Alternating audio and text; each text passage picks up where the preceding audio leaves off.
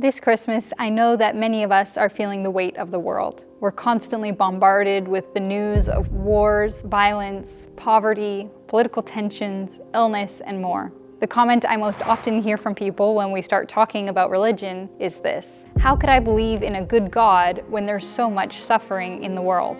And that's a fair question. But I wonder if, for many of us, the struggle isn't that God hasn't noticed our suffering. Maybe the struggle is that we already assume how a good God should respond to it. And what if the problem isn't that God hasn't done anything, but that what He's done doesn't look like what we expected? With that in mind, it may seem ill-fitting or even disturbingly ironic to sing something like Joy to the World this Christmas. So the question is, how can a person believe amidst all this suffering? And what is the response of a good and loving God to this crazy world? Our human nature pushes us to desire justice.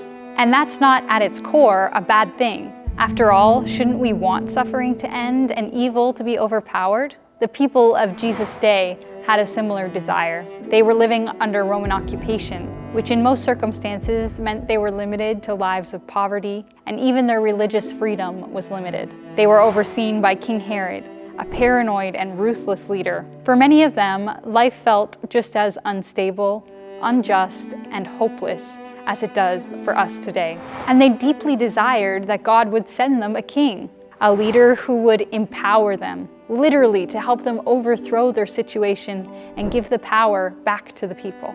Isn't that what the prophets promised them after all? The people of Jesus' day held close the prophets of old, who had foretold for them that a man would be born from the line of the ancient King David, a king who represented Israel's golden age, a time where God's people felt secure, free, and well-led. The prophet Isaiah says, "For a child has been born for us, a son given to us, authority rests upon his shoulders. He is named Wonderful Counselor, Mighty God, Everlasting Father, Prince of Peace. His authority shall grow continually, and there shall be endless peace for the throne of David and his kingdom." The people understood the promise from God that He would not let His people suffer indefinitely, and He would someday intervene, rescue, and restore, sending a Savior with endless authority and an everlasting throne. But their expectations of what this authority and throne should and would look like was very different from the reality of how God came to us in Jesus. And we might find today that we likewise need to have our expectations reevaluated and challenged. When we ask the question, what do we wish God would do in response to evil? Do we find ourselves like the people of Jesus' day, waiting for God to act when we want, how we want? And in particular, do we want God's idea and revelation of justice to look like our own? When we imagine justice, we usually imagine overpowering the people we think are responsible, fighting fire with fire, hatred with more hatred. And when we think of how we wish justice would arrive, we wish that God would do something similar to how we ourselves would act, that He would drop an army of angels from the sky in golden armor and with swords to battle against all evil and overcome all injustices of the world. But Christmas tells a very different story about how God confronts evil. We don't find angels with swords and battle shields in the Christmas story. Instead, we find them as messengers of peace. We find them in delicate and seemingly ordinary places, announcing to a virgin and her betrothed that they will have a baby, announcing to shepherds working quietly in their fields that a new age has come and a new king has been born. The Christmas story breaks down the walls of our expectation for God's actions. It turns the tables. Instead of angels descending as warriors, they appear as messengers, announcing good news rather than declaring war. Instead of a king who comes bearing worldly authority and an iron scepter, we get a newborn baby, born of flesh and blood, to unexpected parents in an unassuming manger, the most peaceful and yet vulnerable scene we can imagine. But that's the key to the Christmas story. God sees our suffering. He just doesn't respond to it the way that we would.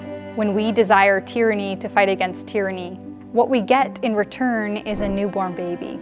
Here's the thing. The Christmas story reveals to us the very character of our God.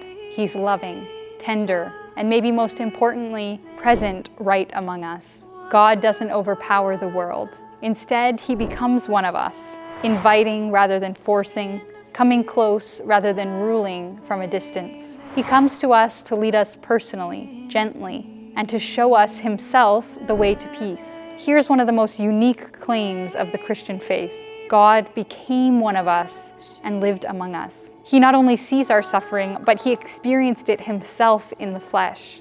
Through Jesus, God would go on to offer each and every person a way out of the sufferings of this world. A promise that if we only attach ourselves to Jesus, learn his teachings, aim to follow his way, our suffering in this world would not have the final word. But what waits for us instead is an eternity of peace and freedom. That's the gospel, the very claim and promise of Jesus and all those Christians who followed after him. And that story begins with the birth of a baby.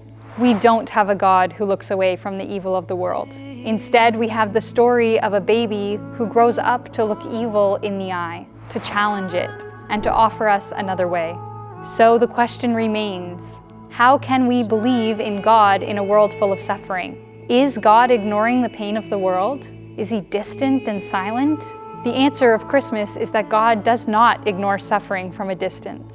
Through the baby Jesus, he enters it, shares it, and begins to transform it from within. And yet, it likely looks very different from how we imagined it.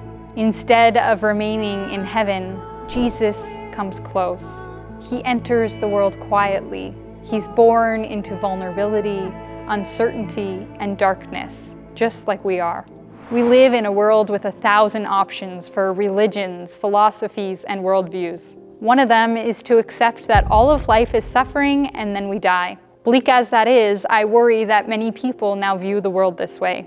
But I invite us this Christmas to ask ourselves, what would it mean to believe that God not only sees our pain, but meets us there? And to ask whether a story about a God who would step into our pain, who would choose love over force, presence over power, might be worth listening to. The Christian story begins not with a throne, but with a manger, not with an army, but with a child. And it offers this hope that even in a broken world, God is with us, and that somehow, from the inside out, he's making all things new. At Homestead Den, we hope that this Christmas you get a chance to experience this joy, this peace, and this freedom. This reminder that the darkness of the world will never overpower the light. Merry Christmas.